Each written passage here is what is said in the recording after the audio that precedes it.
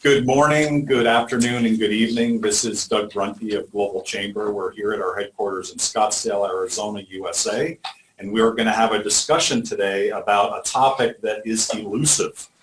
It appeared a few months ago that NAFTA was on its way to being renegotiated. In fact, if you read some of our newsletters around the world, we were basically kind of hinting that, it was any day now, and I think I'd heard that possibly early May, things would be all set. Well, here we are in June, and we're not set. So we're going to have a conversation today with some experts who are right in the heart of it, and we're going to lead off with the expert, Dan Ujczo, who's the practice chair, group chair at Dickinson Wright, who's in the middle of it. If you follow his Twitter account, you'll see that every single day he's got some update about what's happening. And I know a lot of people use Dan as a resource. We're very pleased to have Dickinson Wright as a member and a sponsor of Global Chamber. He's actually based in Columbus, Ohio, but he's here in Scottsdale, Arizona today. He's going to kick off, and he's going to talk about kind of at a macro level and a more detailed level what's happening with NAFTA. And then we're going to hear from our folks in Mexico, a couple folks in Guanajuato and also in Hermosillo. And then we're going to hear from our Global Chamber person, Grant Doyle, in Calgary, Canada, about the Canadian view of what's going on. And then we're going to come to Carol Colombo, who she herself is a business leader, and she's also very much involved with the U.S. Trade Representative here in the U.S. She's here wearing her personal business hat, and she'll be talking about, from a standpoint of, as a U.S. business, what are some of the things that we should be thinking and maybe worrying about. And then finally, Dr. John Min, who's the chief economist at Tempest. He's calling in and zooming in from Washington, D.C., and he's going to be talking about potential currency impacts. So Dan, thank you for coming. The stage is yours. Great. Will you pull up the presentation? Yes, and the presentation should show up on your screen. So the speakers that have presentations, you'll have your presentation on. Can they see me so far, or is just the presentation? Because if it's They can see you in that oh, top okay. Because screen, I'll kind of turn around because this is a little tricky here because you're not seeing my best side, by the way. But good morning. People are seeing this. Got it. So good morning again. I'm Dan Ujczo with Dickinson Wright on behalf of our firm Dickinson Wright. It is a privilege to be here with the Global Chamber. We're proud members. A special shout out to our friends at Global Chamber Nashville, which is really where we came in to the mix, to Amos Smith and the gang. And I don't need to talk too much about Global Chamber, but just look at the events list and you'll see the level of activity, this geographic scope, and it truly is a value add to us at Dickinson Wright. It's likewise a privilege to be here with all of the panelists today. My charge this morning is to really take about 15 minutes, talk about where we are on the NAFTA, provide a framework for thinking. These things are very fluid. They can change up to the minute. I usually have the time of day on the slide because what's true this morning may not be true this afternoon. We're all living in the moment of a Twitter can change everything. I was joking that with FIFA announcing North America won the bid, maybe President Trump would say, we'll do NAFTA today. You never know how things can happen. I do want to just thank everybody for coming, particularly my brother here in Phoenix, Tom in the back there, and many of our friends, as well as Glenn Williamson from the Canada-Arizona Business Council, the honorary consul of the government of Canada. We at Dickinson Wright run most of the regional and local Canada, U.S. and North American Canada, U.S. and NAFTA type related groups. We in fact pulled all of those groups together back in 2016, June of 2016, before the election, in something called Canada, U.S. SAGE, and put out a framework, a vision for North America. Nobody's really followed that since that time, but we knew trade was going to be an issue, and I do have to say CABC among the Canada-U.S. family is the best run Canada-U.S. regional group, so it's really a treasure here in Arizona. If I can just have the next slide, please, or can I click it? Cesar. So Dickinson Wright, I don't want to give you the commercial here, but we were founded 150 years ago, back in the 1870s in Detroit, so we're on the ground right at the Canada-U.S. border. We look south at our Windsor offices, little geographical quirk. Canada's actually south of Detroit, but we've had long-standing offices dating back actually a little bit earlier to the 1860s in Canada. So we've been doing Canada-U.S. since the 1860s, 1870s. We have 300 of our 500 lawyers do Canada, US, and NAFTA every day. And if you look at our geographic footprint, we're down Automation Innovation Alley from Ontario down to the US Southeast. And then we followed the Corleone family model and took the family out to Nevada. And we're out here in the US Southwest. But then, of course, here in Phoenix and Texas, the reason is that's the NAFTA platform. And so while we've been doing Canada, US since the 1860s, 1870s, we've been doing US, Mexico, North American since the 1960s, 1970s. And so this is just part of our DNA, both practically speaking, but politically. I was saying earlier, we're running a number of the campaigns throughout the United States for Senate, for Congress, for governors, races, state elected officials. So understanding the politics on the ground, particularly in places like Ohio, where I live, Michigan, and elsewhere, where trade, I always say where I grew up in Youngstown, Ohio, I grew up cutting steel in a steel town. I hate the phrase Rust Belt, but if there was a Rust Belt conference, Youngstown, Ohio would be the anchor member. But where I'm from, NAFTA is not a four-letter word, but if you say the word NAFTA, you're going to hear a four-letter word in response. The politics of trade are very tricky there. Next slide, please. So just looking today, so over the last 18 months, what have we had? So I got about 13 minutes left, so we're going to move at the quick step. But it's been the letter people, and I have a 7-year-old, so that's actually our collection of the letter people, how we taught him the alphabet, and it's been the W's. We keep hearing kind of on a continuous feedback loop, we're here to get a win-win-win solution. And it's not just the Canadians and Mexicans. Vice President Pence has said that, and others. We hear accusations that the U.S. is taking a winner-take-all approach to the strategy. And then, of course, how do we just find a win to stop President Trump from withdrawing from the NAFTA? Along the way, the business community, our clients, we as a North American company have to deal with, are we going to get a NAFTA next, meaning a new NAFTA? Are we going to get no NAFTA, maybe not only no new NAFTA, but no NAFTA at all? Or what we've called a naughty NAFTA, not as in you're a bad little NAFTA, but as in naughty, something that's bumpy. Some have called this a zombie NAFTA, where the president may withdraw, Congress may not go with it, there may be different layers. And so what does that all mean for all of us? Next slide, please. What I would suggest to you today, and the framework that I'll use over the remaining time that I have, is to really look at the 3, now 4 T's.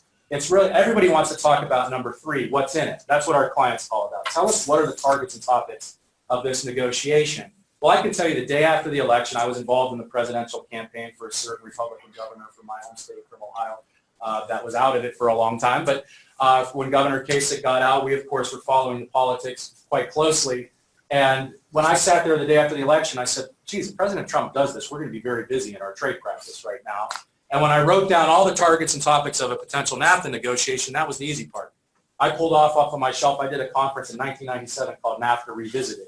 All of the topics that we're talking about then, we were talking about in 1997. So nothing's really changed in terms of the issues between Canada, U.S., and Mexico. What's changed is the tone and tenor. And we saw that just this past weekend, of course, in the G7. Things did not go very well. Things were actually going pretty well, better than most expected. And then, of course, we saw some rhetoric change. But it's really the political tone. And that's more than just the Twitter or President Trump. That's across the board, because a few years ago, many of us were trying to do the TPP. In the Trans-Pacific Partnership, we were talking about auto rules of origin, but the same topic we're talking about in NAFTA. But in TPP, we were talking about lowering the threshold for auto rules of origin, meaning that only 40% of your car would have to be made in the region to count and be duty-free. Now the U.S. proposal in NAFTA, which is right now 62.5, is talking about 85%. Actually, we'll talk more about that in just a minute. So it's just a different tone and tenor that we're seeing, and that's based on the politics. So embedded in everything I say today will be dealing with this tone and tenor element, but we can't forget all of that's being driven by the timing and tempo. You know, we are in election year in the United States. Mexico has an election in just a few weeks. The Canadians have an election in 2019. I would suggest to you right now the strongest barrier to getting a deal on the NAFTA right now is probably the Canadian federal election in 2019, not our midterm election, and I'll explain why in a minute. But keep in mind, setting aside President Trump, setting aside everything that's happened, since 1988, when we did the Canada-U.S. Free Trade Agreement, agreed to it and got it ratified through Congress, we've only passed 3 of our remaining 19 trade deals in election year. Australia, Oman, and Morocco. And the last one was in 2006. And when we did Oman in 2006, we said we're never doing this in an election year again. It's the politics of trade are that tricky. So this was a heavy lift to do. And just when some people say we're going to try to get a NAFTA passed in a lame duck, for the reasons I'll show, we're way past that time anyway, but we've never passed a trade agreement in a lame duck session. So it just doesn't happen. And of course, now we've added the new T, the tariffs. In March, we had really in 2017 launched the most aggressive trade enforcement policy that USTR has taken in many, many years, as promised. We've launched nearly 90 trade cases around the world. So for businesses that are focused on international trade, it's been a shifting landscape. We then launched tariffs on steel and aluminum under Section 232 National Security at the end of March, followed very quickly with announced tariffs under 301 intellectual property against China. Those have been held in abeyance, and we also did right before that some washers and dryers before that. Of course, as many of you know, a few weeks ago on May 31st, June 1st, the exemptions that were given on steel and aluminum to the EU, Canada, and Mexico, some others, were removed, and so now they're subject to tariffs. Those countries are now teeing up retaliation. Mexico has retaliated. Europe and Canada are coming over the next few weeks. We are announcing our tariffs against China on Friday. Those will be announced, and then we will see China retaliate, barring anything changing in the next 48 hours. And then we have launched an investigation under Section 232 into autos. The earliest that can be done is August. The report will be prepared for the president. Our understanding from the Commerce Department is that's getting ready to be announced by October, so before the midterm elections. So we'll see if we get there or not. So let's look very quickly, and this gets into Nerdville, but I really want to be clear that the timing and tempo is the most important factor. There were really three options back when we started this in 2017. We could have tore up the NAFTA, as the president promised, and started a withdrawal. So the NAFTA requires, you say we're going to withdraw a 6-month notice, but keep in mind it's at least 6 months. The president can say today, I'm withdrawing on January 30th of 2019, and the clock starts running. The idea, though, that there's a cooling off period in there, we didn't do that. Some throughout most of 2017 talked about tweak it. I'm confident many of the associations represented here came up and said do no harm at some point in the last year and a half. And the do no harm strategy was let's just tweak the NAFTA. The NAFTA itself allows for a modification without Congress. You can make small changes. And now that's being called skinny. Nobody liked the word tweak. It sounded too small for President Trump. So what we've heard over the last month or two is that we're going to do a skinny NAFTA. Now, a few problems with the skinny NAFTA. Procedurally, from a legal perspective, there's only so much you can do without Congress. And in fact, I would suggest you can't put in new chapters on digital and other types of things. So you can't really upgrade the NAFTA that hasn't been updated since 1995. You can just play with it. So I don't think it gets business to where we want to be. Anyway, and the fact is it doesn't fit with the politics. I'll go on the record today as saying if we did a skinny NAFTA, that will bring us closer to withdrawal than any point that we've been. Why? Because the pushback in Ohio and Michigan, the Democrats will say, President Trump, we told you. They will say, we told you folks in Youngstown he wasn't like you. He wasn't going to do anything. He was just like Clinton, Bush, and Obama. He's done nothing for you. And what we've seen, history proves itself out, is that when President Trump is challenged by his base, he will overreact. And we saw that with China just a few weeks ago. When he felt that he came back with a good deal and took some heat from the base, what did he do? He slapped tariffs on and launched an auto investigation. So he would trigger withdrawal, in my view. And the reality is, I'll let others speak. USTR Lighthizer doesn't want to say that. And then let me just skip to the bottom there. There is something that we talked about early in this process called twinning the NAFTA, doing two parallel bilateral deals. But keep in mind what we're talking about now. The president said on Saturday we may have two deals. Larry Kudlow, and we wish him a speedy recovery, has said that we may do two deals. What we're talking about now is different than what we talked about a year ago. A year ago, we were talking about withdrawing and doing two separate deals. Now we're talking something less transformational and more about tactical, is we'll just deal with the Canadians and then we'll deal with the Mexicans and see what kind of pops out. The reality is two deals is not good for the Canada, U.S., and North American business community. The idea, our role is that we want to reduce as many regulatory inconsistent rules as possible. We don't want two different rule deals that we have to comply with. So what, of course, are we doing? We're following Trade Promotion Authority. So this is, next slide, please. So TPA are the rules of the game. Just to keep in mind, this is what Congress told President back in 2015 when we were trying to get the TPP. They told President Obama, here's what we want in the deal. It's the same TPA that we're using today. TPA is virtually impossible to get. We will not get it from a new Congress, and it expires in just 2 weeks on June 30th. The president has asked for an extension. He gets an extension automatically unless Congress says no. There was some speculation that Congress would step in and say no, that we won't get. So if Congress doesn't extend this, it's over. Now, Congress doesn't have to say yes, they just have to not say no, which is kind of an interesting quirk of the statute because we knew it would be 2018 an election year. We don't want Congress to have to take a tough vote on trade, but real-time information right here. Of course, yesterday we saw Congress try to address the president, restrict the president on tariffs. That bill did not even get to the floor, Senator Corker's bill. The Republican Congress will not stop the president on trade, at least for the foreseeable future. So we expect that TPA will be extended into 2021. I do think with Congress, a red line for Congress would be a NAFTA withdrawal and potentially the auto tariffs, but that becomes very tricky. Next slide. So how does TPA work? I'm going to move very, very quickly now.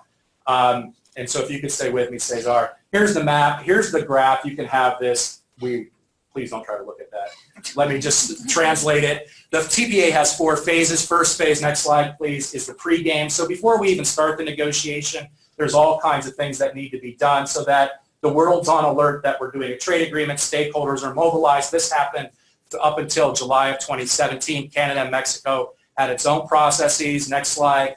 Now we are actually in phase 2, which requires consultations with Congress. It's consultations on steroids. So in the past, it used to be really like a cloistered order of the key committees in Congress. Now, any member of Congress can request a meeting with USTR. A group of members of Congress on relevant committees can actually request a meeting with the president. So the idea is that Congress is involved. They're not giving the executive branch free rein. Next slide, please. The reality was Congress really didn't care about the NAFTA until the fall of 2017. The reality was they were doing healthcare reform and tax reform. Congress, in my view, really didn't get involved in this until really January of this year, after they did tax reform. So that's been the reality. Now, there were many, many fly-ins. In addition to consultation, there are some kind of, if you're going to touch these areas, agriculture, dispute resolution elsewhere, you have to give notices, including 180 days. And along the way, I keep having this watch, because at any time if Congress doesn't feel that it got the notice or consulted, they can file a disapproval resolution and stop the whole thing. Now, the reality is in a Republican majority of Congress that's not going to get out of the committee, but there is that mechanism in place. Next slide, please. So the reality was when we came into 2018, if you did all the math, and I did the math for us so nobody has to go through and look at that chart, the earliest we could have done this deal was March 21st of 2017 under the statute. The latest that we could have done it was March 30th. So we had basically 1 week to actually do this deal this year until we filed for the extension. And now the extension is here. Why? Next slide, please. Here's where we are right now. Is we have to get an agreement. So once the parties reach an agreement, once they shake hands, 2 things have to happen. There's a study that's launched by the International Trade Commission that basically is an objective assessment of the deal, right? And they have 105 days to do that. So if we woke up this morning and the president says we got to deal with the 3 parties, a study starts, 105 days. And then 90 days, that Congress gets 95 days notice. 30 days into that, you actually have to publish the text. And this is before you can sign it. The whole idea is that because there's going to be winners and losers in a trade agreement, people get to see it. So the idea is the criticism of the TPP and past trade deals was that the deal wasn't published. Nobody had time to comment. Bottom line is if you start running time, all of this is certainly past July 30th in the Mexican elections. And I will tell you, all of this is past getting this done in 2018. So we can get an agreement. It ain't just getting ratified by Congress this year. Now, some people will say we have until Friday, June 15th. But that's the maybe that's the procedural calendar. Politically, there isn't anybody running for office this year that wants to touch NAFTA before the midterm elections. So the procedural and political calendars are closed. Just very quickly, and Cesar, you can flip through the next 3 slides. There's some other things that have to, go ahead, please, just keep going here. There's some other things that have to happen in the next phase. There's some reports, labor impact, environmental, all of that needs to be done.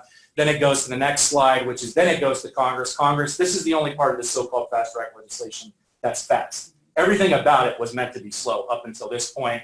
And then Congress gets 90 days while they're in session. Tricky part in 2018, Congress ain't in session that much after they get back before the election. So just as I said, the procedural calendar, and now we got other factors. Ontario just had an election last week. The Liberal Party in Ontario got creamed. Right, so now we have progressive conservatives at one of Canada's major provinces, and we have a federal government that's liberal. The Mexican election, AMLO, 50%. Many of you likely watched the debate last night. We have primary elections. Trade hasn't factored too much in the primaries, but we did see in South Carolina last night it did. Quebec has major elections in October. Of course, we have our midterms and the Canadians, and I'll come back to that in just a moment, and I am mindful of the time here, Doug. Let's talk about the targets and topics, right? We say modernization, we say renegotiation. The word the president used on February 2nd, 2017 was renovation. Perfect phrase for a real estate mogul for a president. That's what we're doing to the NAFTA. We're renovating it. Very quickly, 3 areas. Some areas we're just putting a fresh coat of paint on this baby. Other areas we're actually putting in new fixtures. We're upgrading the fixtures and the appliances. And then we are knocking down walls, or in USTR Lighthizer's words, we're rebalancing trade. And anybody that's ever done a renovation knows you start knocking down walls, it always takes longer, it always costs more, and it's much more disruptive. Tom Hanks in the Money Pit, 2 weeks. We all read it. Funny Tom Hanks, not like grade A actor Tom Hanks. On the fresh coats of paint, very quickly, all of these issues, we are just updating the language. This has been very easy to do. All of these areas are done. Next slide, please. There's actually some really good news in here for companies on food safety, SPS, telecom, environment, financial services, areas where companies have really had some red tape issues on chemicals. Moving chemicals in North America has been a problem. It's been an antiquated, so paint, other types, coatings. All of these things have been upgraded. Really good news in there if they become, they're done, but if we get an agreement, that's good news. On the modernization, this is the upgrades. We're getting a new digital chapter, which I realize I just misspelled there. I didn't have misspelled that on many slides, I just realized. But TPP plus, we have a customs and trade facilitation, border issues, particularly with Mexico, are being covered in there. So a lot of the red tape issues that we see with Mexico. And energy, an energy chapter, I don't need to talk too much here about what's going on in the Mexico energy sector. I'll leave that to others. I do want to note, just before moving to the knocking down walls, is that on one thing that all of those issues that I just mentioned, digital, customs and trade, have one issue left. There's usually like one issue. So on the customs and trade facilitation, de minimis, right now I buy something from Amazon, it's coming over from China, I don't pay tariff on it if it's $800 or less. That's the number, eBay, Amazon, and there was domestic lobbying. Canada, that number's 20. And the idea is that it's there to protect domestic retailers. Mexico, it's 50, it kind of fluctuates. The US said we want that all at 800. Canada has pushed back, Mexico has pushed back. Interestingly, the US has just changed its request and says we want it to be 100 or maybe 150 because it dawned on the team at USTR that actually benefits China. And this is a China warrior administration. So if I could just, now the remaining issues as I move on the quick step here, these are the hard ones. Automotive rule of origin, agriculture with Canada, supply management. Canada has a protected dairy, milk and cheese sector, eggs and poultry as well. The U.S. wants to dismantle that. Next slide, please. Agriculture with Mexico, seasonality. So the U.S. is trying to make it easier for domestic tomato growers, in particular in Florida, to bring trade claims against Mexican growers. Labor issues, not only unionization, but raising wages in Mexico. Next slide, please. Dispute resolution. I'm happy to talk more about this during the Q&A, but the big one in dispute resolution is Chapter 11. When we did the original NAFTA, it's called Investor-State Dispute Settlement. The idea was that there was a fear if we got all these companies investing in Mexico, that Mexico would nationalize those investments. We have something called Chapter 11, which is an arbitral forum where you can bring claims and get money if that happens. It's been used by some very creative plaintiffs' lawyers over the years to challenge environmental and social legislation in Canada and Mexico. The left hates it, the right hates it. It likely will not be in the NAFTA, but the business community says, look, we've just dumped billions of dollars into Mexico, and we want to dump even more in energy. And now we got AMLO coming around the corner in Mexico. So we better have some investor protections. I will say when it gets time to vote on this, if there's not an investor states dispute settlement, it's going to be very difficult for the U.S. Chamber Business Roundtable and others to support a new NAFTA. And USTR Lighthizer is against it. And I'll let others speak to that. Government procurement, Buy America is an issue. That's a big issue between Canada and the United States. Canada is a part of the defense fabric of the U.S., so it's changing the rules on that. Next slide, please. Sunset clause, I want to come back, but the idea on the sunset clause is that every 5 years, the U.S. is saying we want the NAFTA to expire automatically unless Congress renews it. Canada, Mexico, and the business community are saying that's not a trade agreement. We can't plan for that 5 years. USTR Lighthizer, and it's a very common sense argument. You're telling me how wonderful NAFTA is. Why wouldn't it get automatically renewed, right? Now there is an underlying reason as well, which is because it's very unclear under U.S. law who has the authority to withdraw from a trade agreement. And this would solve this. It would make it very clear that the White House can withdraw from a trade agreement. So it's also settling some of our domestic issues. There is a provision in there now that will tie it to the deficit. So if the deficit increases, the NAFTA will automatically terminate. Big issue with Mexico. It's an issue with Canada. I don't want to get into do we have a trade surplus or deficit with Canada. It really depends on how you count. And it really doesn't matter in an integrated economy like we have. But the problem is the deficit does go up in Canada when the price of oil goes up because Canada is the largest supplier of energy, including oil, to the United States. So the NAFTA, if the price of oil goes up, which most of us expect it will, that would trigger the deficit. And for those of you, I do want to flag an issue. Nobody's talking about it but textiles. We're completely changing the way that textiles are being done in NAFTA. And that's not just for people that make clothes or shoes. It's for anybody that stitches things together, seat covers and anything. Pay attention to what's happening there. I'll just wind down right here and say, next slide, please. Here's what's holding the whole thing up. It's the automotive rules of origin. So I talked about these at the beginning. Oh, sorry. Here's a list of other things that we haven't even started on yet in the negotiations. Intellectual property right top of the list. And I'll just point on the last one.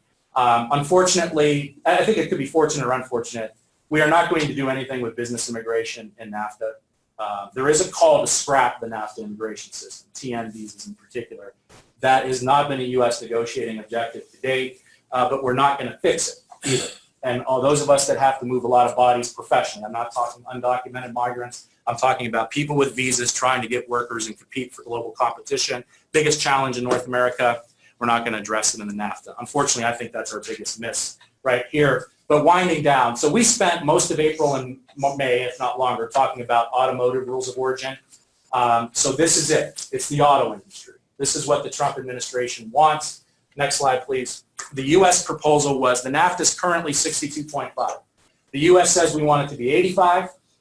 This is where we started. Just keep in mind the industry standard right now is the most U.S. North American-made automobile, 73%. So 85 is way up top. 50% of that would have to come from the U.S., which creates a challenge and an integrated supply chain, because if I have a client in Michigan that's a seat manufacturer, pulls the leather from North Carolina and cotton, pulls the frame from Ohio, and sends all of that to Mexico to be assembled, did it just lose its U.S. character when it comes back into the United States? So there were some serious questions about that, and a very short phase-in period, 1 to 3 years. As I wrap up here, Doug, the U.S. then came back with a proposal. The Mexicans signaled in March that they wanted a deal. We were actually strapped in for the long haul after the Montreal round in January. We thought this would go most of 2018. But the Mexicans realized they had an election coming. I mean, they knew they had an election coming, but said, we think we can get a deal if the U.S. is flexible. And so the U.S. and the Mexicans said, we'll cut a deal on auto rules of origin, sunset clause, and seasonality. If we get those three things, we'll cave on everything else. So then all of the focus became on the auto rules of origin. The U.S. came back in April and said, you know what, we've been listening to everybody. 85 may be too much, we'll do 75%, which is still higher than what we have in the market right now. And then we'll put 70% steel, aluminum, and glass content needs to be from North America. Why? Because we just put steel and aluminum tariffs on. So if you want your exemption from the steel and aluminum tariffs, you're going to agree to this rule of origin. And then we're going to I have to do something as USTR Lighthizer on wage. Congress has beaten me up from both sides. I believe in this, I think, as a policy position. We're going to make I'm speaking as USTR Lighthizer, is that we need to do something about the wages in Mexico. So right now, the finished automobile, 40% of that has to be made with the North American average wage. Light duty pickups, 45%. The average wage is $15 to $20, $15 to $17. So where does that tell you? And only 15 and 20% of that could be used for R&D, basically the engineers back in Detroit, right, or the marketing people. So some people that touch the automobile are going to have to be paid more, which is great news. But where are the only places we're paying $15 to $17 an hour? The U.S. and Canada, not Mexico. So it was funny that the Canadians were the most vocal in objecting to the original 50% content rule that the U.S. proposed. They didn't complain too much when they saw this one. They said, we took out the 50% U.S. only rule of origin, but now it's basically a Canada-U.S. rule of origin. So the Canadians are largely on side as a government, industry less so. And then we extended the phase-in period. One thing to note is that when we get to autonomous vehicles and electric vehicles, most of the electronics are not made here in North America. So the idea is that it would take longer to phase that in. So there's a 9-in phase period. The Mexicans were not happy with this proposal, and they left Washington really upset. But they came back in May to try to get a deal. Next slide, please. And the Mexican proposal, and this is really where we've ended up. This is where it all ended. The Mexicans said, not 75, how about 70? Not steel at the levels that at 70% steel, how about 30 and 20? Wages, instead of 40 and 45, how about 15 and 20? And then a 10-year phase period. And there was kind of a complicated formula. If you didn't agree with one, but you could agree with some. It was really kind of an interesting formula. I never quite figured it out. You could agree with some parts, but not all parts and still get in. I never quite figured that out. But the reality is that they also said, in addition to accepting our autos, we want you to pull the other controversial proposals, those other knock down the walls. And USTR Lighthizer immediately said no.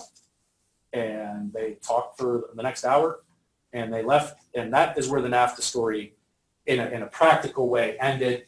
Next slide. Then, so the Mexicans left town, but we were coming up on the May 31st deadline for the exemptions on steel and aluminum that Canada and Mexico had. So I said, all right, if I could have the next slide, please. So the Canadians tried to do a quick flip. And the Canadians who had said, we're going to take time, pushed the idea of a skinny NAFTA. Because the Canadians said, we agree with autos. Let's just do a deal on autos and all the upgrades, and we'll get out of this. And some of the things that Canada cares about, government procurement, Chapter 19, and other areas.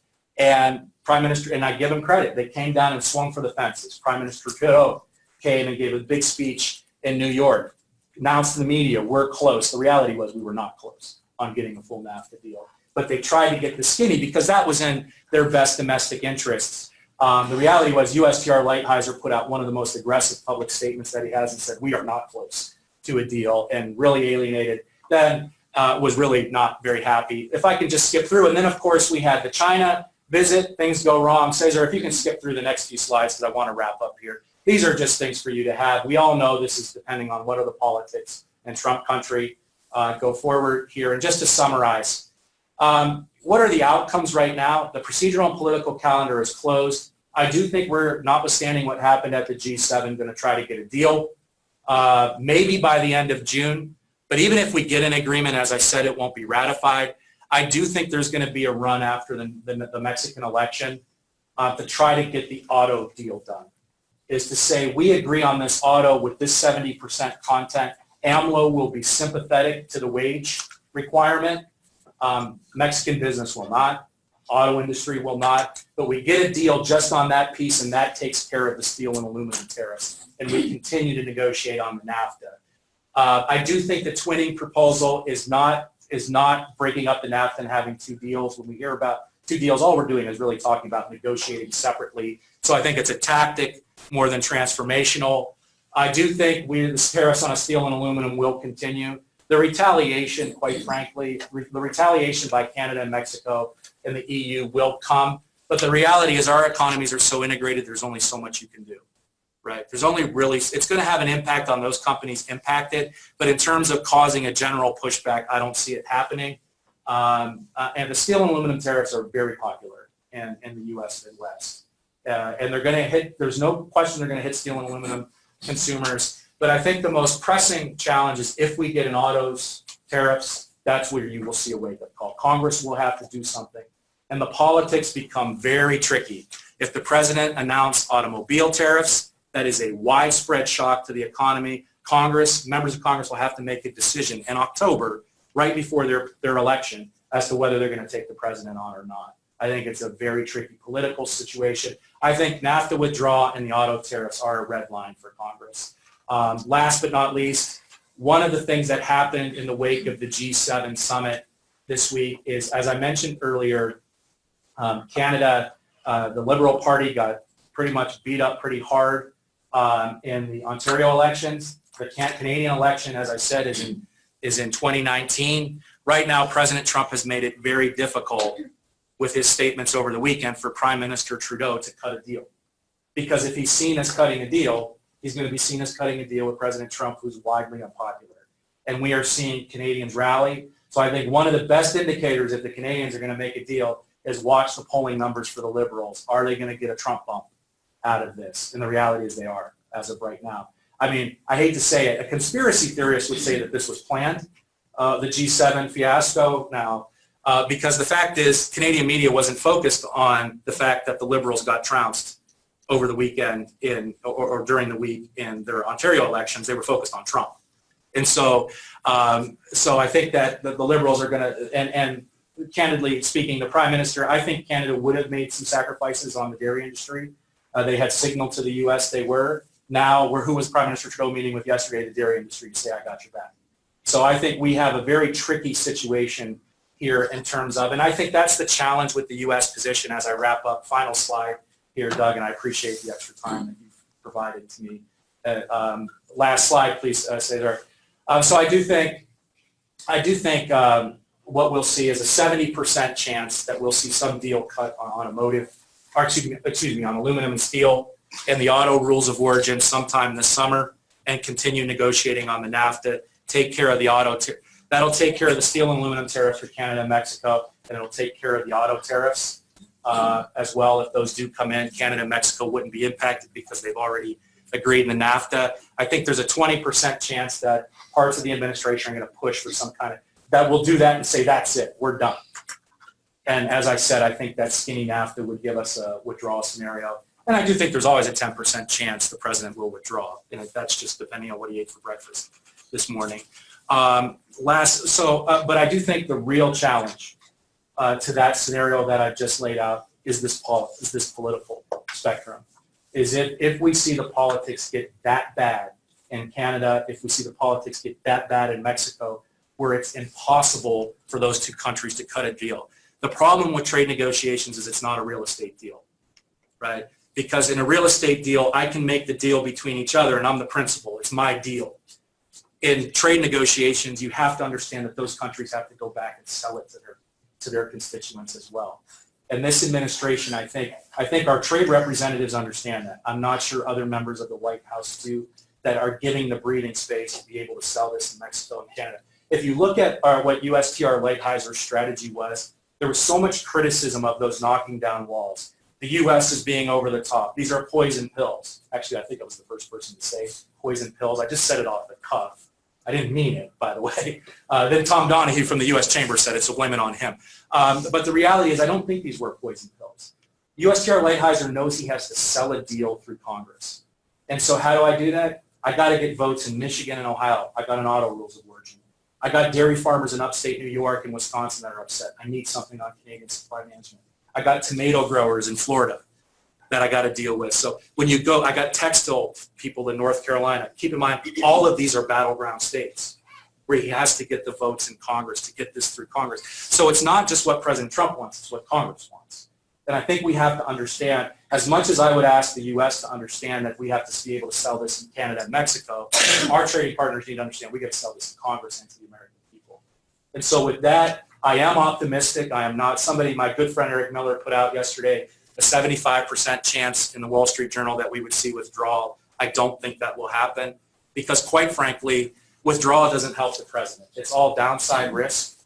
Congress will get animated. And the president has already said he's getting what he wanted just by creating this uncertainty.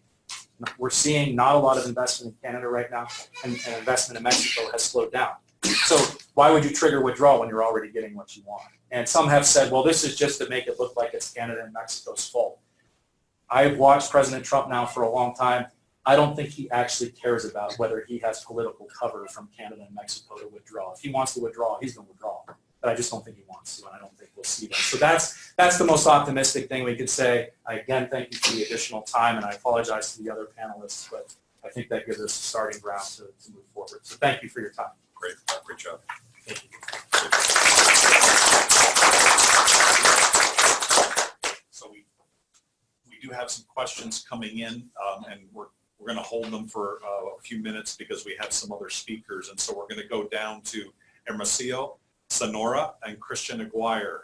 I don't see you, but I think you're there. You've got a business perspective from Mexico. A lot of information right there. So, from the speakers, will kind of focus in on some key things that they're saying and what they're hearing from our members in Mexico. Christian. Yes, hello, good morning. Wow, Daniel's presentation was just pretty complete. But yes, I will take this opportunity to talk a bit about the new NAFTA and Mexico's business perspective. Also about the process of renegotiation that's going on and how the companies in Mexico, the businesses, are feeling about it. So NAFTA started in 1994. It was the first commercial agreement signed by Mexico to achieve free circulation of trade. It's a value of exchange valued at $2.6 billion a day. And Mexico's trade balance has been positive since the beginning of NAFTA. Mexico has signed 32 reciprocal promotion, protection, and investment agreements with 33 countries, 10 free trade agreements spanning 45 countries, 9 partial scope and economic complementation agreements with Latin America, and it's also part of the Trans-Pacific Partnership Agreement. Of course, out of all these treaties that Mexico has signed, without a doubt, the most important of them is the free trade agreement known as NAFTA. The balance of this trade agreement, as I've said, it's been positive since there's been more exports from Mexico than imports. Now let's talk about some positive outcomes out of NAFTA. All of deals that are being negotiated. Well, I mean, definitely all agreements after a certain time, they do have to come into a renegotiation. Maybe we could call it a modernization. So with a reasonable negotiation, there would be really positive results. What I'm going to do, many of these subjects were already covered by Daniel, but I'm going to separate a bit which outcomes or which negotiations would be positive for Mexican business. And one of them would be digital economy, since no tariffs would be imposed on products such as software, music, videos, books, and other digital documents. Also on the subject of customs, we would see a positive outcome. The transit of merchandise would be modernized and digitalized, in addition with the delivery terms, and the merchandise would be reduced.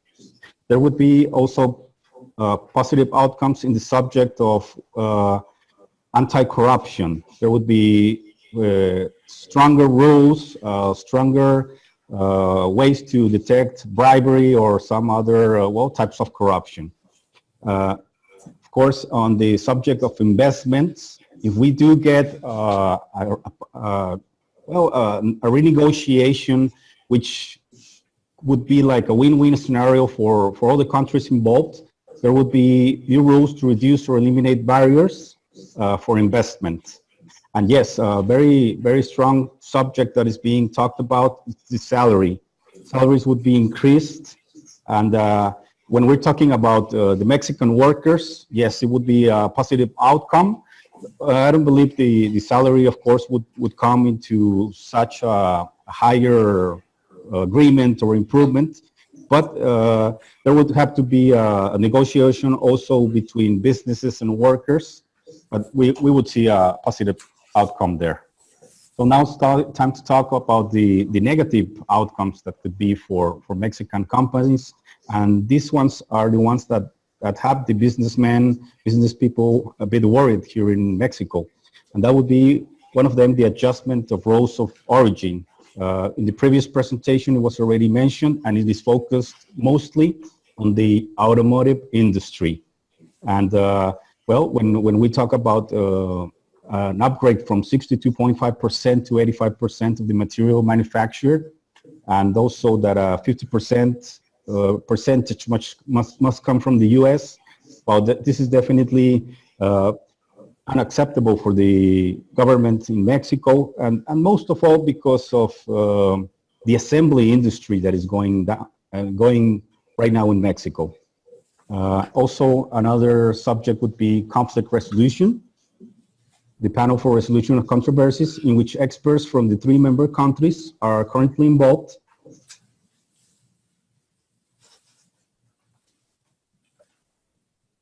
And this would generate greater uncertainty for the merchants.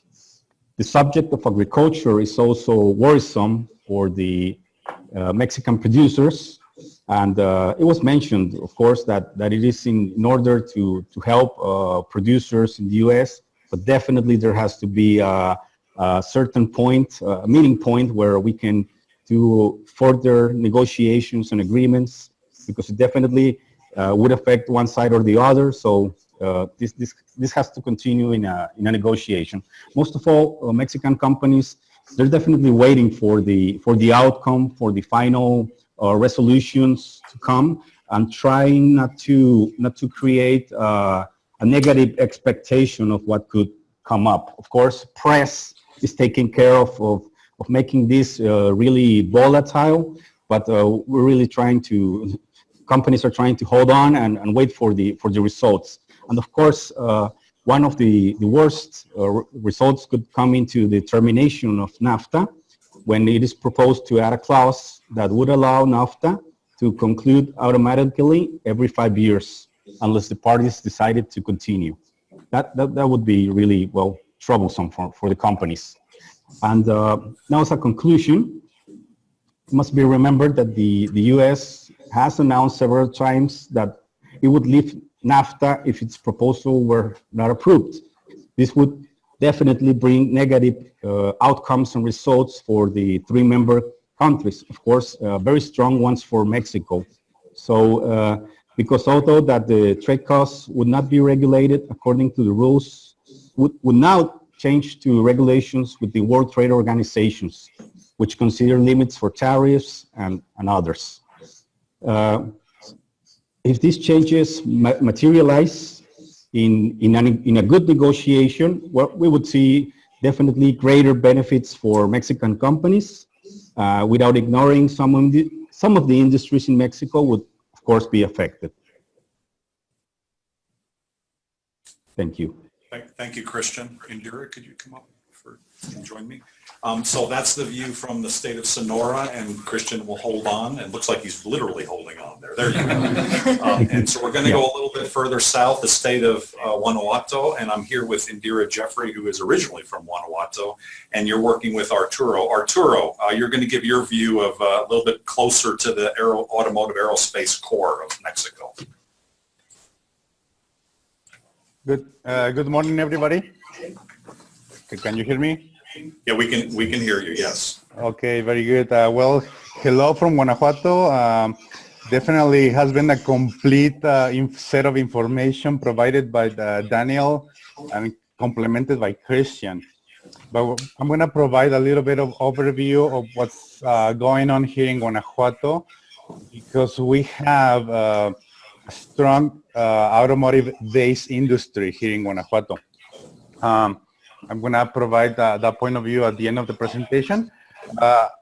It's a good thing that the previous speakers already mentioned some of the most important data about the history of NAFTA.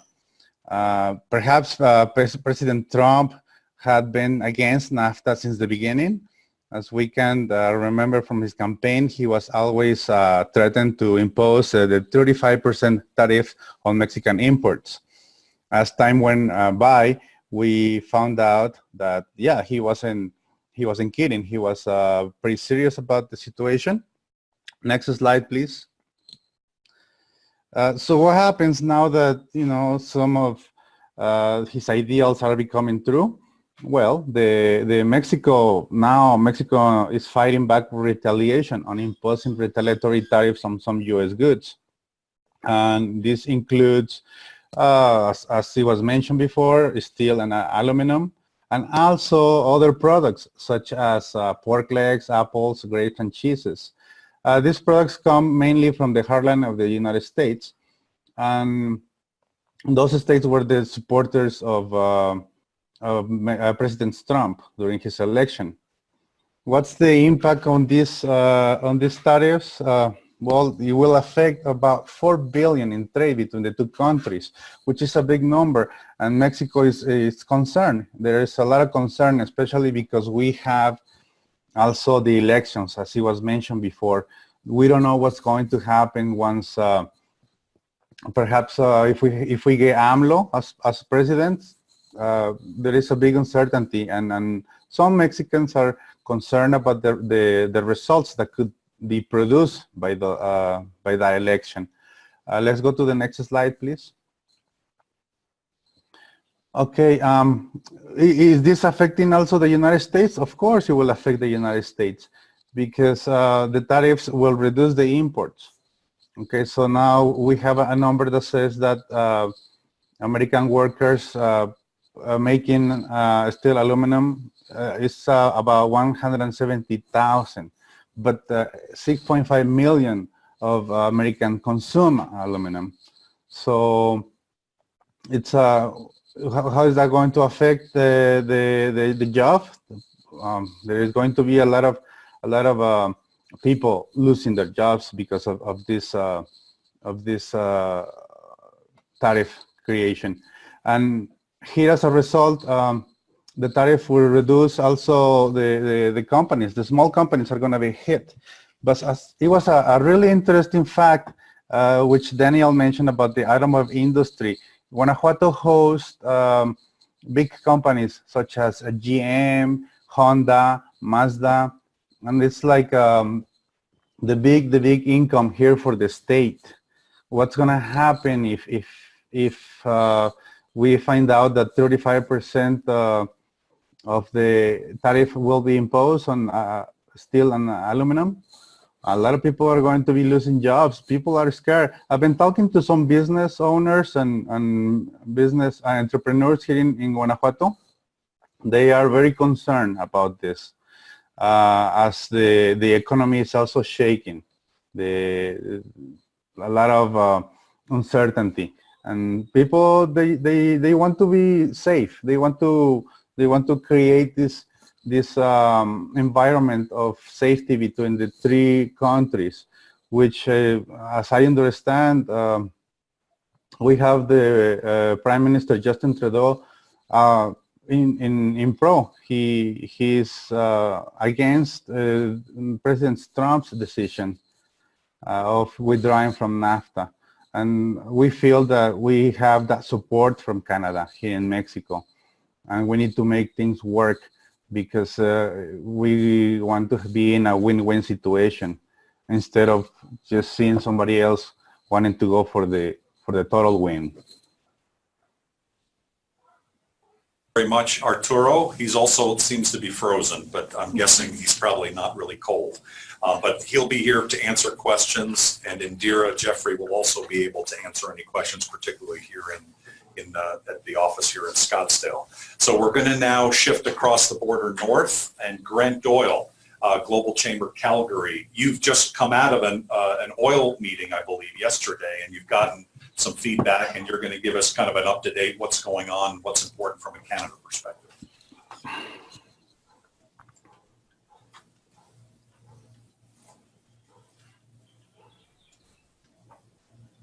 Uh-oh, we can't hear you.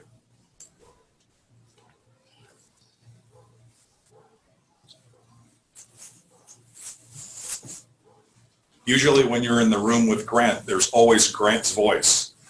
But today, for some reason, right now, it's been hooked off. It looks like you're unmuted, so there may be something locally. So we may have to come back to you, Grant. So maybe you and Cesar can text back and forth and see what might happen. Just for general information, for anybody, almost anybody at Global Chamber, you can typically reach us at our first name at globalchamber.org. So I'm Doug at globalchamber.org. We've got Christian at globalchamber.org. Grant is Grant at, and then Arturo is Arturo at, ARTURO. And if you can't figure that out, or you have a general question, please reach us either through our marketing with Annie, who's here in the room, ANNIE at globalchamber.org, or info at. We'll figure out a way. Grant, did we get you? I think we opened up a new screen. Yeah, I just went back. Can you hear me now? Yes, we can. Go for it, man. Okay. Hi, everybody. Yeah, we're in the midst of the Global Petroleum Show up here in Calgary, and it's been interesting. Maybe just to give you a little perspective on, I'm going to touch on a couple of political things. One, 2019 election is very much in whether it's going to go conservative or liberal. We're not quite sure. Alberta, where I'm at, which is home of oil and gas, should be definitely going conservative. So we see a sort of conservative wave that's coming along. Canada's, really 10 different provinces and 3 different territories that all try to work together. And a little background perhaps on Trump's statements of Trudeau. It has, I think, more to do with the fact that we haven't been able to do some things provincially, like a pipeline. And when we look at NAFTA, when it went into place, a lot of the structures that we had all focused into north-south trade rather than looking at east-west trade. So pipeline has been a serious problem with working with our neighboring province, British Columbia.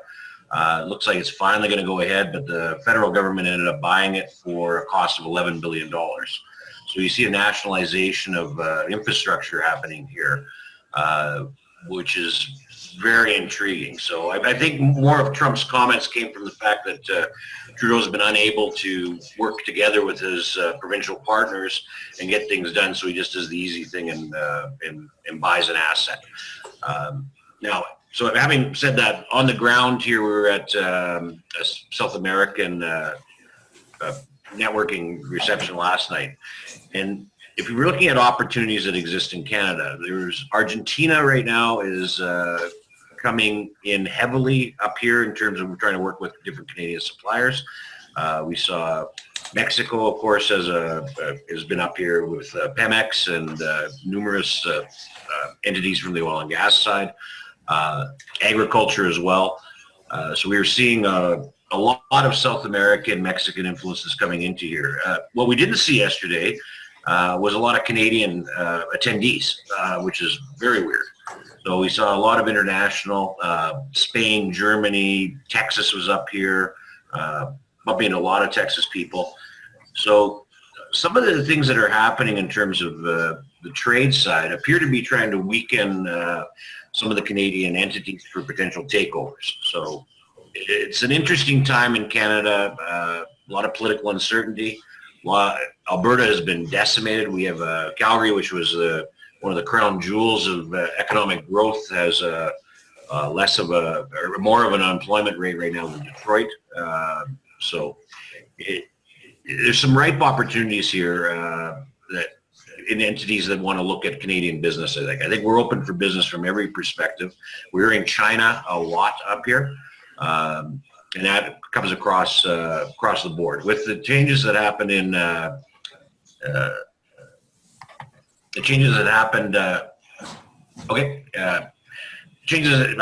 just to sum up, the numerous opportunities that are up here in Canada right now with the changes, and we're open for new entities to come in and talk to us.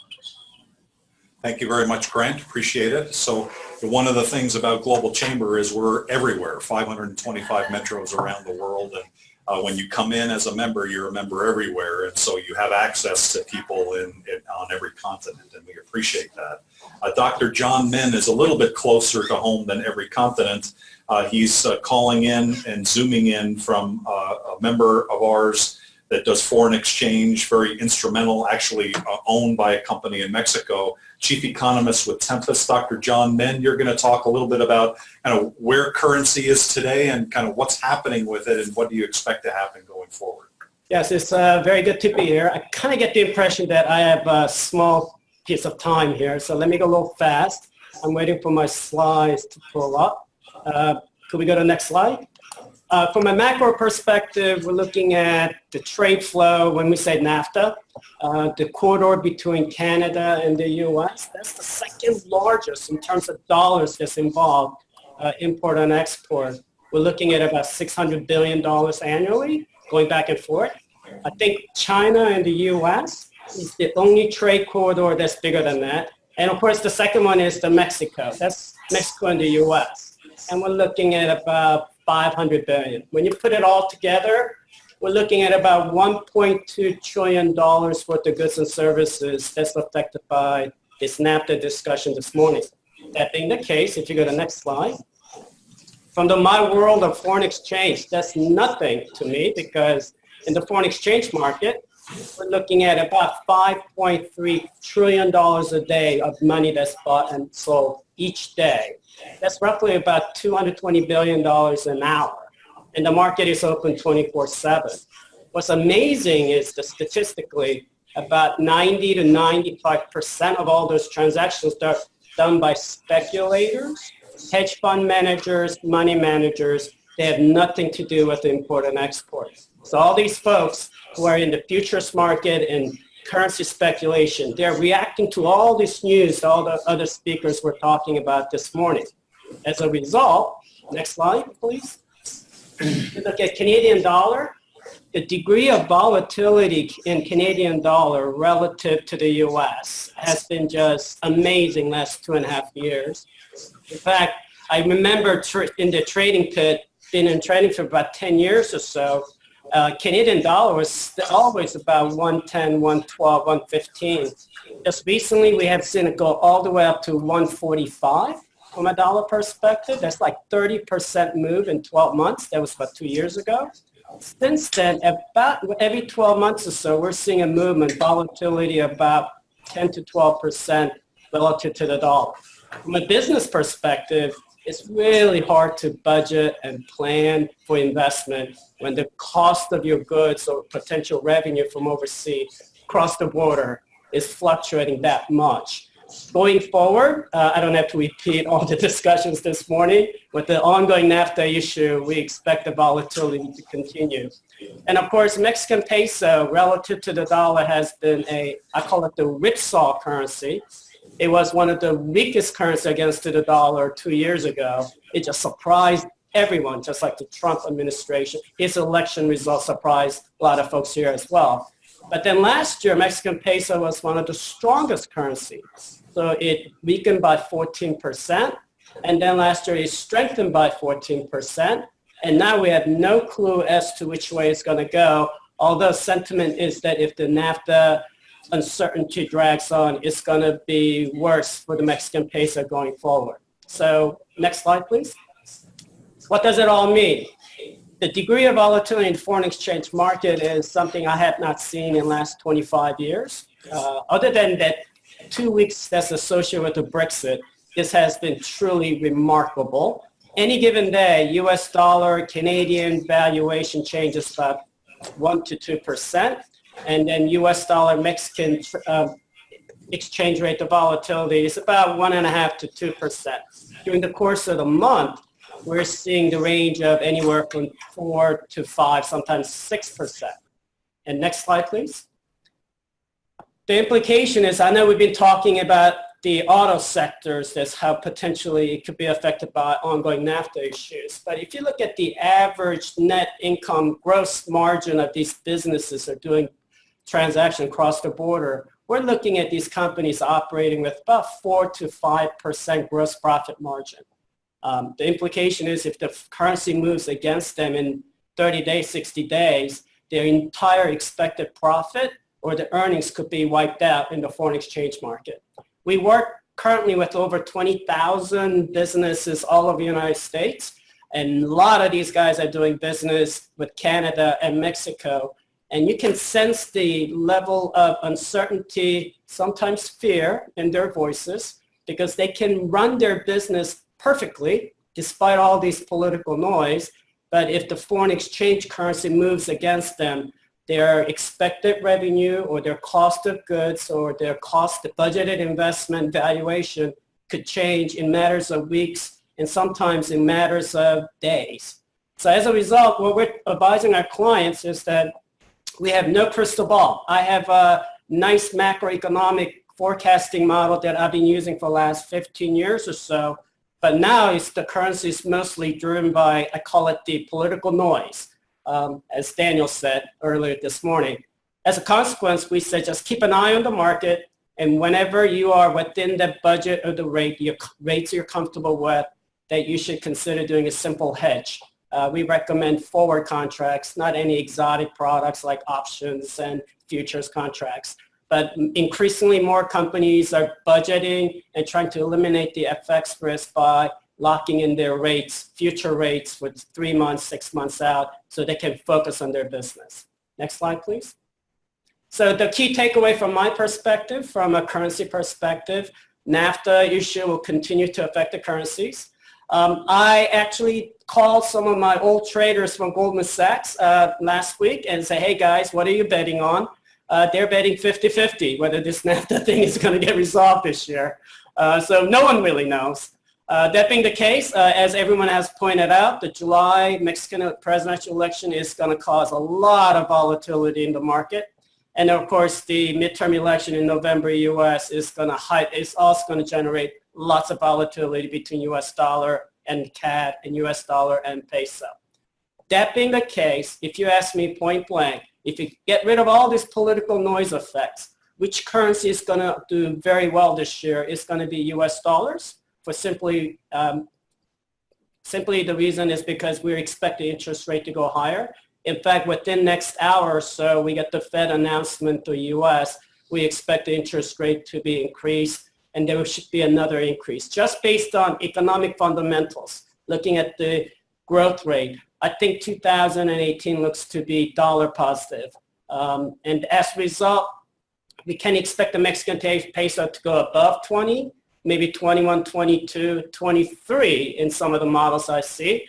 And then, of course, Canadian dollar, we're looking at going right back up to 130, especially around the November election. My best recommendation, again, we don't have a crystal ball. That's our best weather forecast for 6 months out.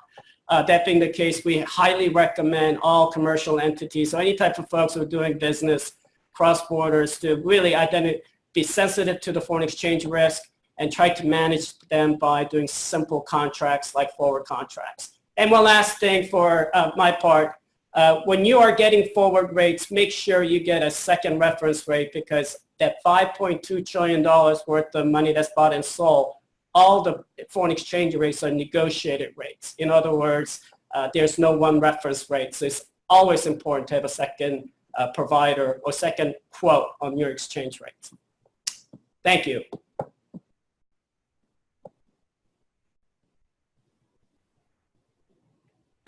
TempestFX.com.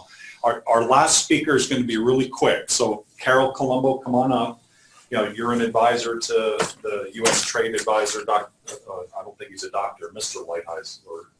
You're going to give a couple more comments. Dan covered things really completely, which Carol said, wow, he's a smart guy.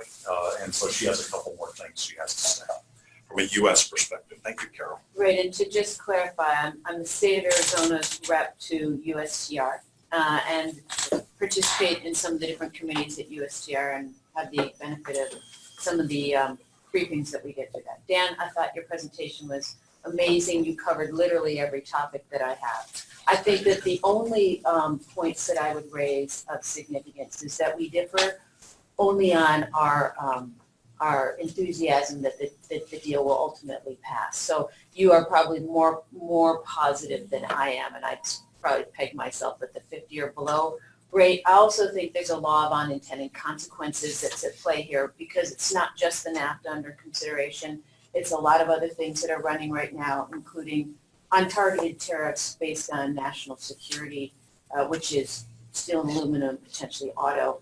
Dan covered those, but I think that it's important to reference what the industry itself is saying about those tariffs. So it's not as if the entire of the aluminum industry is out there saying, we want aluminum tariffs against our closest trading partners. This is what the aluminum industry representatives actually said. The United States consumes more than 5 million metric tons of primary aluminum each year and has less than 2 million metric tons of primary smelting capacity. Building new smelters is a time-consuming and capital-intensive process. Fully 97% of U.S. aluminum industry jobs are in mid and downstream productions, and most rely in some way on imported metal. We strongly believe that the 232 aluminum remedy should not disrupt current trading relationships with responsible trading partners. Any quotas on these key partners will only further distort the market, particularly if new sanctions on Russian aluminum led to tightening supply conditions. Quotas will paradoxically cause imports of semi-fabricated products from China to be more competitive in the U.S. market as manufacturers scramble to find metals. And if you look across the different industries, steel looks the same way. So the industry itself is saying untargeted tariffs against our allies are a bad idea. So this doesn't mean that there aren't trade imbalances. It doesn't mean that you don't go after the injustices that you see, but it does mean that there is a law of unintended consequences. We are now in front of the WTO with our closest allies, Mexico, Canada, and the EU will be party to that action, right? Is that really where we want to be? What actually happens when the China 301 tariffs go into effect, our own allies start putting their retaliatory tariffs into place? Do things start happening and you stop controlling all the pieces on the table?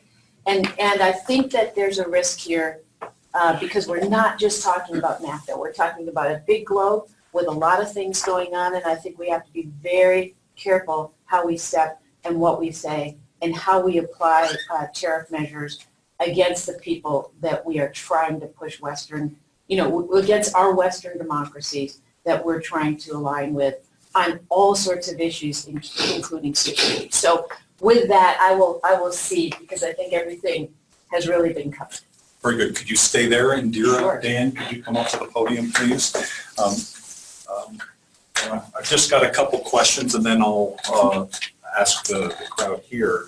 But there's some questions from around the world, and so this one actually relates a little bit to maybe the currency situation and where other companies or countries, businesses are going to be investing. So this actually was a topic that came up. We did a manufacturing summit last year between Asia and North America, and if you saw that, there was quite a bit of talk about how Japan and Asia was watching the Mexico elections and how they might invest in the future, and whether they would continue in Mexico or maybe shift to other countries, including the U.S. And so this is a question related to Japanese manufacturers in the U.S.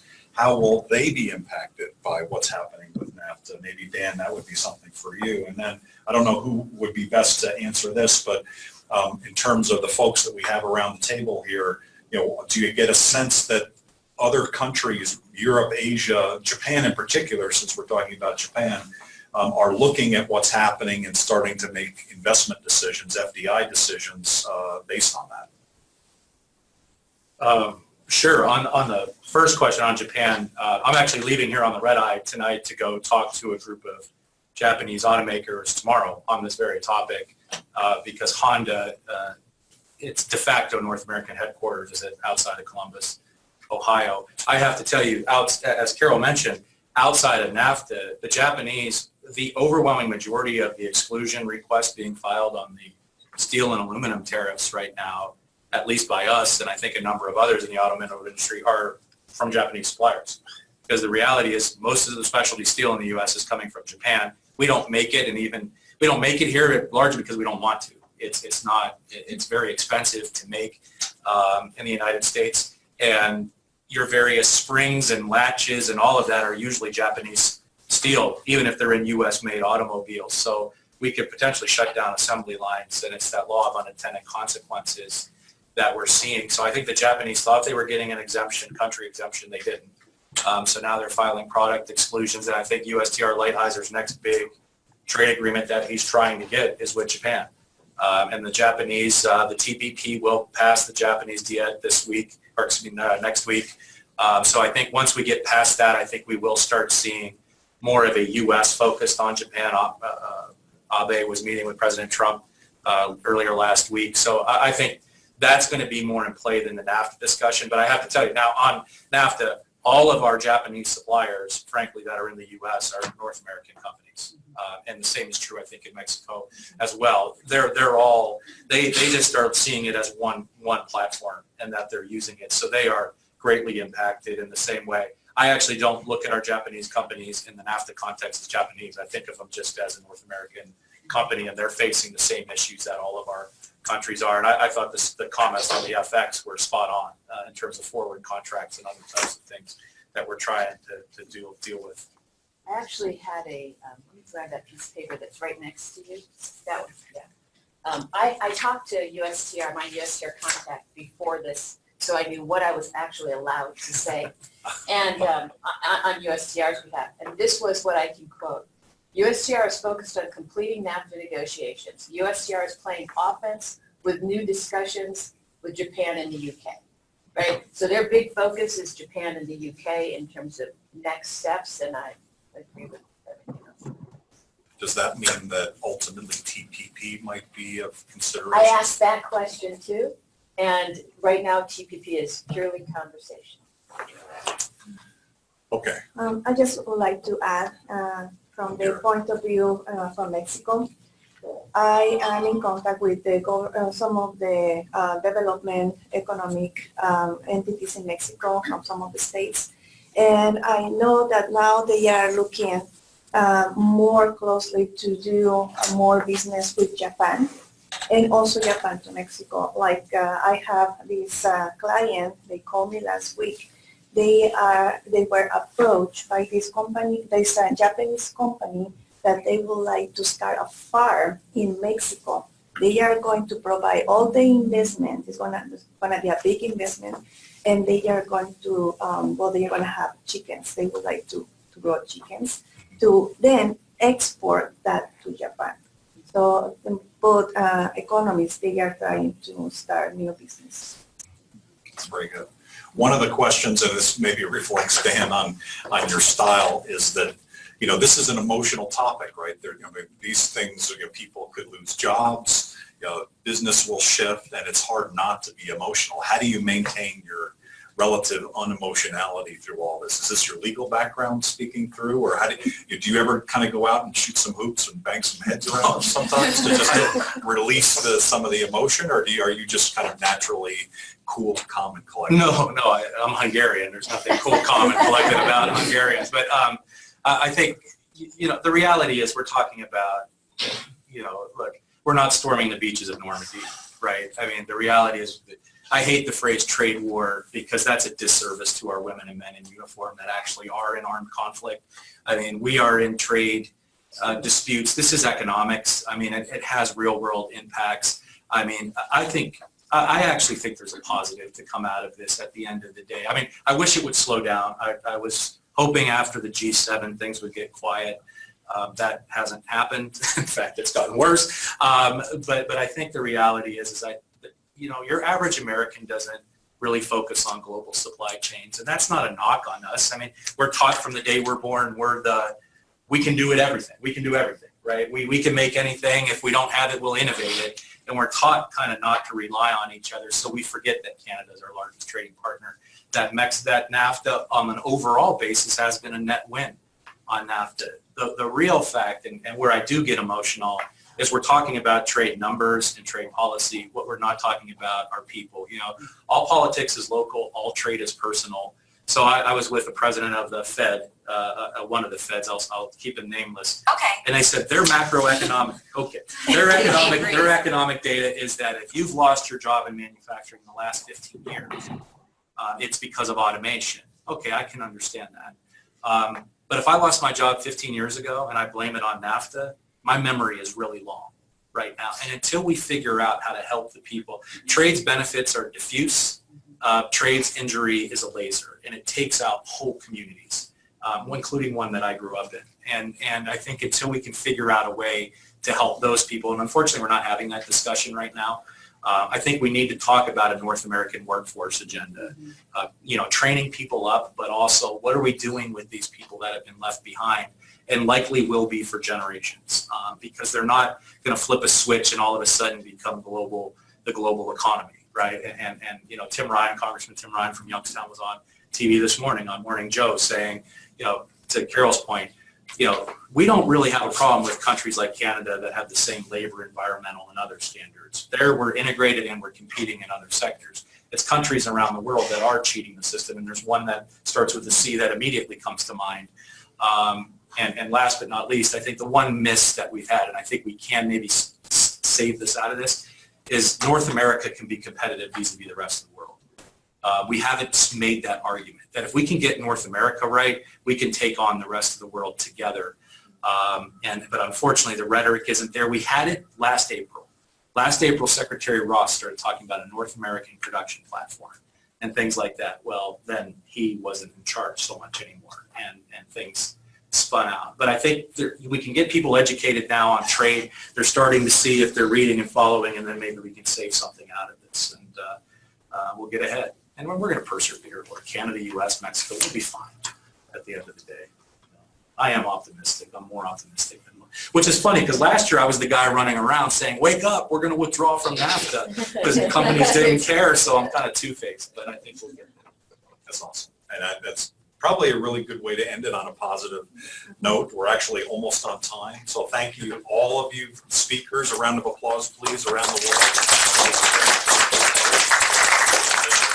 As I mentioned before, you can get Global Chamber in connection with us very easily. And if you miss contacting to Dan or Dr. Min or anybody else, just let us know. Our next events, we're all over around the world with events that are local.